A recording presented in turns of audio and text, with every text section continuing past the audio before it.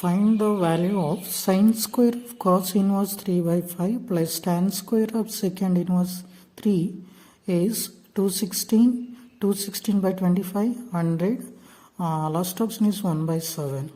It's a very simple problem. Once again, write a given problem. Sine square of cos inverse of 3 by 5 plus tan square secant inverse of 3.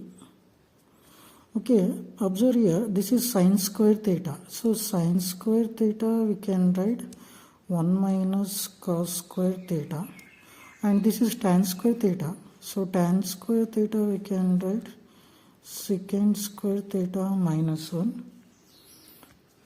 So, and observe here, cos square theta we can write cos theta whole square. Here also same, secant theta whole square minus 1.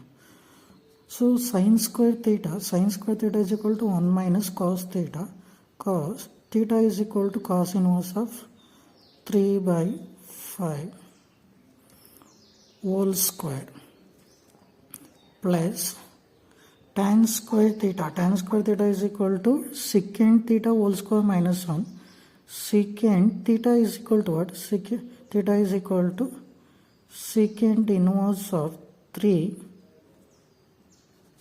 whole square minus 1 is equal to 1 minus, so this is equal to 3 by 5. So whole square is this, we can write whole square plus secant of secant inverse 3 is equal to 3 whole square minus 1, because square is there, so that's why we can write whole square is equal to 1 minus, so 9 by 25 plus 9 minus 1.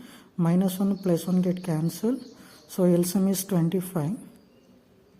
So minus 9 plus 225. So final answer is 216 divided by 25. So option is B.